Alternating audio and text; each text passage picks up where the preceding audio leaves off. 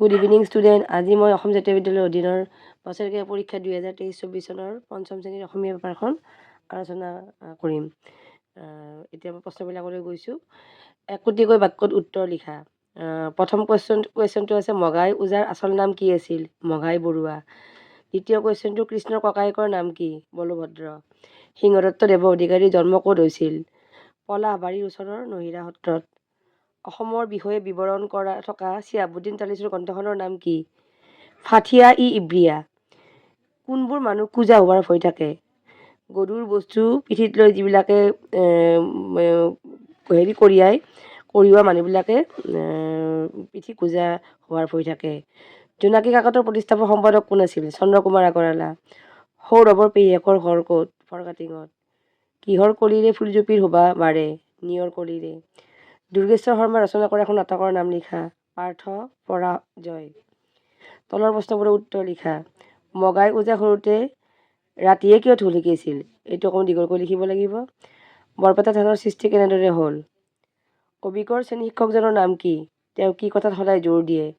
অবিকৰ শ্ৰেণী শিক্ষকজনৰ নাম আছিল উপেন শৰ্মা। তেওঁ সদায় নিয়মানুৱৰ্তিতা আৰু পৰিপাত্ৰ এই কথাত সদায় জোৰ দিছিলে। তাৰপিছত নেক্সট পেজত আছে, খাৰুৱা তেলৰ পৰা কি কি বস্তু উৎপাদন কৰিব পাৰি? পেট্ৰল, ডিজেল, কেৰাচিন ইত্যাদি। খেৰৰ মেজি কিদৰে সাজে? এইটো অলপমান দীঘলকৈ লিখিব লাগিব। তাৰপিছত খালী ঠাই পূৰণ কৰা আছে। ৰাতিৰ ধেমালি জোনৰ ডেছ ডেছ থৈছে সানি, পুৱাৰ ডেছ বেলিটিলৈ চাই, এটুপি ডেছ পানী। চমু টোকা লিখা আহিব, যিকোনো দুটা লিখিব লাগিব। ফণী শৰ্মা, ফাকুৱা, হেমচন্দ্ৰ গোস্বামী। কোনে কাক কৈছিল লিখা? সেয়া ভঠেলি ভাঙিছে, এতিয়া পাৰকেইটাও উঠাই লৈ যাব, বোলে আমিও যাওঁ। আমি খেৰৰ মেজি নাসাজো। অৰ্থ লিখা। গত্যন্তৰ, অনৰ্গল, সম্ভাষণ, নাটক। সমাৰ্থক শব্দ লিখা। টোপনি, নিদ্ৰা, চহকী, ধ্বনি, চিঞৰ, আৰ্তনাদ। বিপৰীত অৰ্থ বুজোৱা শব্দ লিখা। উন্নত, অনুন্নত, আদি অন্ত, বদনাম, সদনাম। বিপৰীত লিংগ বুজোৱা শব্দ লিখা। পেহা, পেহী, চোৰ, চোৰনী, ভকত, ভকতনী। বাক্য ৰচনা কৰা আহিছে। বাক্যত মুকুতা সহজ সৰল। এটা শব্দ প্ৰকাশ কৰা আহিছে। ভাগৰত কাতৰ যি, ভাগৰুৱা, যিয়ে ঢোল বজাই ঢুলীয়া। উদাহৰণটো চাই বাক্যকেইটা কৰা।